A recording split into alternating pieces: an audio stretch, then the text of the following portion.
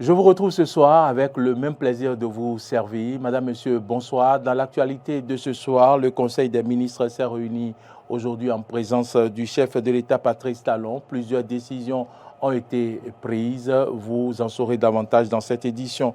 Et puis, plusieurs années déjà que la dématérialisation est une réalité. Au Bénin, l'obtention du visa se fait en ligne, ainsi que les formalités concernant le passeport. Vous suivrez un reportage à ce propos dans ce journal.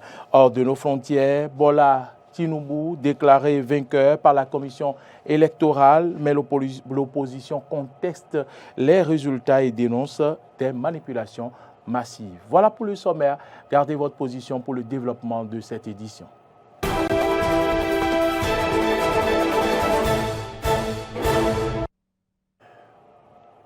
Merci à toutes et à tous pour l'attention et bienvenue dans ce journal que nous démarrons par la brève sur le Conseil des ministres qui s'est réuni aujourd'hui en présence du chef de l'État Patrice Talon. Plusieurs décisions ont été prises au titre des communications, ouverture des filières de formation pour le diplôme de master et le diplôme d'études spécialisées DESS en médecine d'urgence à l'université de Parakou et à l'université d'Abomey-Calavi, puis attribution de 40 bourses de formation.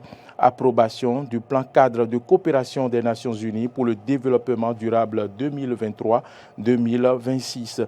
Acquisition de 500 caméras piétons et accessoires ainsi que du dispositif logiciel et matériel permettant l'exploitation des données produites au profit des forces de police et de douane.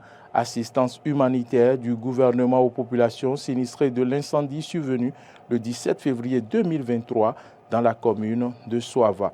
Au titre des rencontres et manifestations internationales, il a été autorisé la participation du Bénin à la 5e conférence des Nations Unies sur les pays les moins avancés du 5 au 9 mars 2023 à Doha, au Qatar. Au titre des mesures individuelles, les nominations ci-après ont été prononcées au ministère de l'Économie et des Finances, directeur général de la Société des infrastructures routières et de l'aménagement du territoire, SIRAT, M.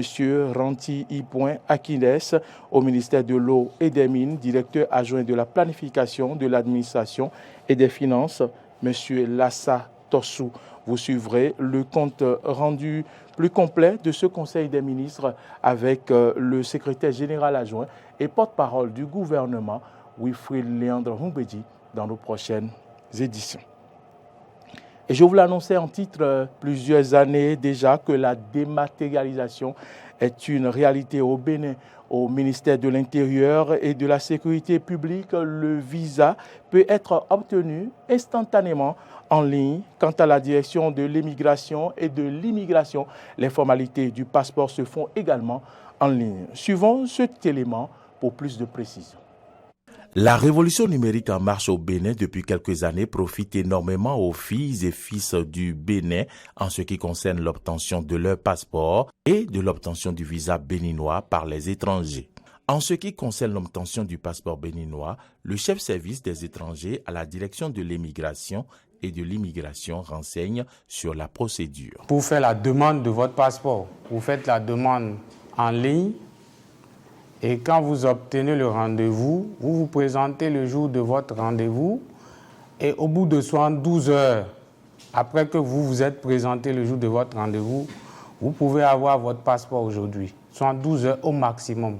Selon le commissaire-major Adebayor Hassani, la dématérialisation du passeport présente de nombreux avantages. Réduire les affluences au niveau du service public et faciliter les procédures aux usagers. Et cette dématérialisation, elle vous permet désormais d'éviter de vous déplacer d'abord au niveau de la DEI pour faire la demande de votre passeport. Le passeport peut donc s'obtenir dans un délai très court. Si vous faites une demande de passeport et que vous avez respecté toutes les étapes, que vous vous êtes fait enrouler, vous êtes sûr que votre passeport vous sera remis dans un délai de 72 heures au maximum. Et c'est l'une des performances qui ont été enregistrées par la direction depuis environ 5 mois. À la DEI, aujourd'hui, Nous travaillons de lundi à dimanche. Quant à l'obtention du visa béninois par les étrangers, la procédure se fait également en ligne, selon le directeur du système d'information du ministère de l'Intérieur et de la Sécurité publique.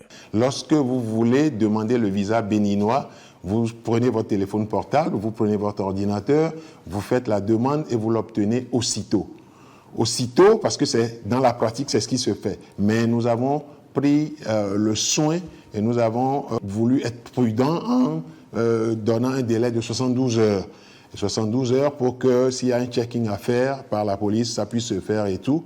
Mais même lorsque vous l'obtenez automatiquement, tout le check-in se fait sur la personnalité du demandeur. Bouraïma Adamou revient ici sur les objectifs visés. L'objectif, au fait, c'est pour révéler le Bénin au monde et faciliter l'obtention du visa aux étrangers non africains et désireux de venir chez nous au Bénin. Et on peut l'avoir instantanément. Les étrangers qui arrivent chez nous ici pour témoigner leur satisfaction nous disent qu'ils obtiennent le visa en moins de 5 minutes. Parfois, aussitôt que vous le demandez, vous l'obtenez en même temps. Ainsi, l'obtention du passeport par les filles et fils du Bénin n'est plus un calvaire. De même que pour l'obtention du visa béninois par les étrangers. Autre information dans ce journal, le programme d'appui à l'égalité de genre phase 1 a été lancé hier à Cotonou et c'était devant les autorités politico-administratives, responsables d'ONG et bien d'autres. Une cérémonie qui s'est déroulée sous la coupole du ministre des Affaires sociales et de la microfinance. C'est un compte rendu de Frédéric Essoir-Oumambou. L'égalité des sexes est plus qu'un objectif en soi. C'est une condition préalable pour relever le défi de la réduction de la pauvreté, de la promotion du développement durable et de la mise en place d'une bonne gouvernance. Et le Bénin reste très engagé sur cette voie. Mais malgré les efforts, il reste à faire. C'est à ce titre que le PAEG, entendez, Programme d'appui à l'égalité du genre, qui vient ainsi d'être lancé, est le bienvenu. Malgré les multiples efforts déployés par le gouvernement, l'amélioration de la situation de nos femmes et de nos filles requiert encore du chemin. Autrement dit, nous avons encore du pain sur la planche. Autant le gouvernement béninois est conscient des nombreux défis liés à l'égalité du genre, autant les partenaires techniques et financiers et les autres acteurs engagés s'activent aux côtés du gouvernement pour relever ces défis.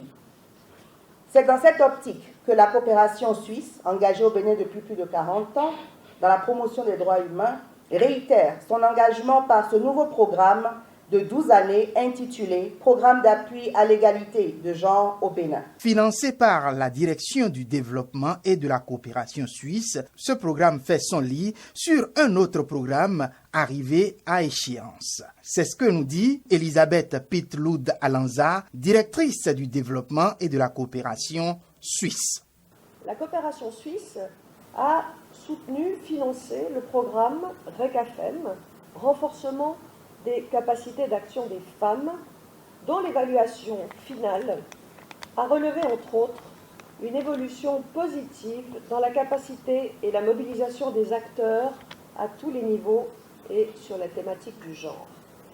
La qualité des résultats obtenus a ainsi permis de développer un nouveau cycle de programmes sur une période de 12 ans pour soutenir le gouvernement du Bénin dans la réalisation des droits des femmes au Bénin. En lançant officiellement et pour 4 ans cette première phase du PAEG, la ministre des Affaires sociales donne l'exhortation qui suit. Je voudrais engager toutes les parties prenantes, les OSC, les partis politiques, le ministère, nos collaborateurs du ministère, l'Institut national de la femme, le participe à se mobiliser autour du PAEG. J'arrive pas à prononcer les sigles.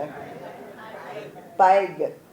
Et au-delà, autour des initiatives de promotion de l'égalité de genre au Bénin, afin que tous ensemble, nous fassions du genre un véritable outil de développement de notre nation, un pas de plus sur le chemin de l'égalité homme-femme, fille-garçon. Elle n'a pas manqué de dire aux participants et aux différents acteurs d'avoir en ligne de mire qu'aucune stratégie n'est plus bénéfique à la société dans son entièreté que celle qui fait des femmes des acteurs principaux.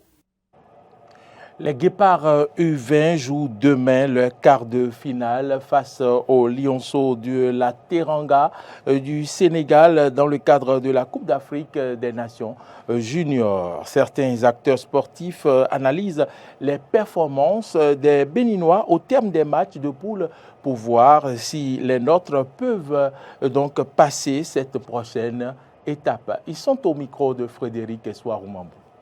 Je suis resté un peu sur ma faim parce que l'équipe a été un peu joueuse, mais moins que en phase éliminatoire. On me dira que c'est vrai que ce n'est pas le même niveau. C'est les équipes qui ont un niveau un peu plus supérieur qui se sont retrouvées certainement à cette CAN.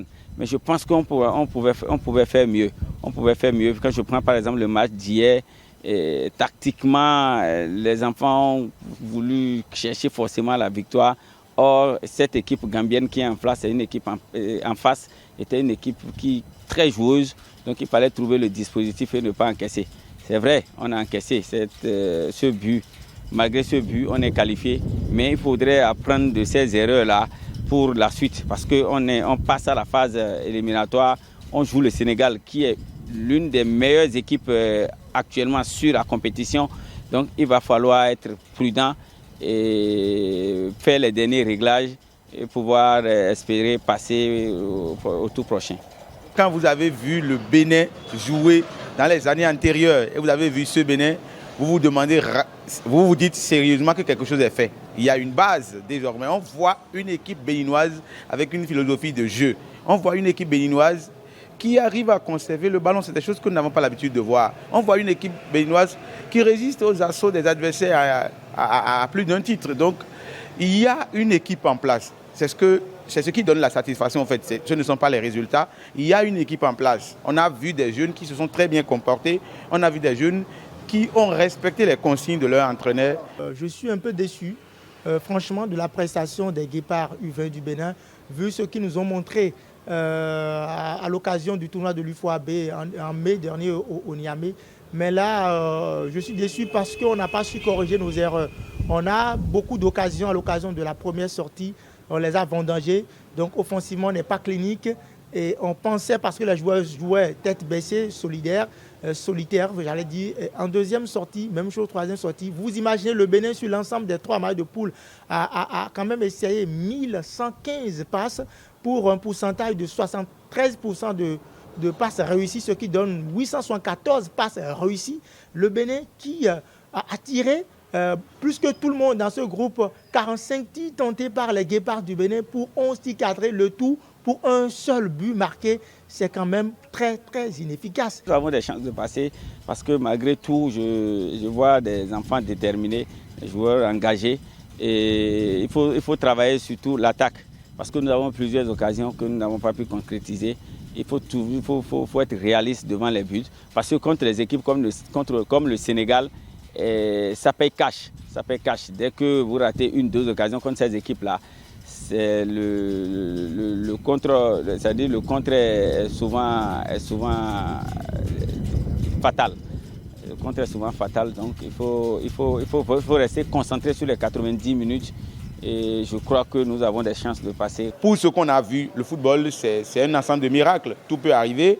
Il y a des surprises qui peuvent arriver à tout moment, mais pas au point de départ, on va dire le Bénin va gagner. Si ça arrivait, ça va être les faits du football, les miracles du football. Mais on ne va pas s'attendre à une victoire du Bénin face au Sénégal. Surtout que le Sénégal a fait du sans faute dans la phase de groupe. Surtout que le Sénégal a battu l'Égypte 4-0 lors de sa dernière sortie. Déjà qualifié quand même, donc on se dit que c'est une équipe qui est un rouleau compresseur, une équipe qui va faire du Bénin une bouchée. Maintenant, si le miracle du football arrive, on va prendre ça comme ça. On peut compter sur ces valeurs, on peut aller à la source, c'est-à-dire garer le bus devant la défense, jouer avec 8 défenseurs, espérer des erreurs du côté sénégalais ou aller au tir au but. Et on sait qu'au tir au but, les Béninois sont souvent très très forts. Hors du Bénin maintenant, nous irons du côté du Nigeria pour parler de la présidentielle. Bola Tinubu déclaré vainqueur par la commission électorale. Suivez le commentaire. Bola Tinubu, le candidat de l'APC, le parti au pouvoir au Nigeria, va succéder à Muhammadu Buhari en tant que président. Après 4 jours de décompte, il a obtenu ce mercredi 1er mars le plus grand nombre de voix à la présidentielle.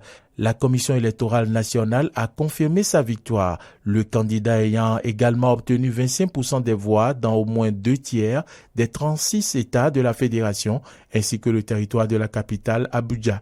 Pour le poste de vice-président, Bola Tinubu a choisi un autre musulman, l'ancien gouverneur de l'État de Borno, Kashim Shettima, âgé de 55 ans. Enfin, l'ancien sénateur a su s'imposer sans être comptable du bilan de son camarade de parti Muhammadu Buhari, le président sortant. Les défis auxquels Bola Tinubu va être confronté sont multiples. Crise sécuritaire, crise monétaire, crise énergétique, des inégalités sociales immenses. Mais Bola Tinubu devient aussi le chef d'État d'un pays de plus de 220 millions d'habitants avec une majorité de moins de 40 ans et un pays de créateurs et d'entrepreneurs au grand talent. Madame, Monsieur, c'est sur cet élément que s'achève cette édition. Merci à toutes et à tous de l'avoir suivi. L'information continue sur nos différentes plateformes. Vous le savez, YouTube, Twitter, Facebook et sur notre page internet notre site internet bien sûr www.benin-eden.tv. Mais vous pouvez également nous suivre en téléchargeant notre application Eden TV Diaspora FM sur Play Store ou App Store. Bonne suite de nos programmes. À demain.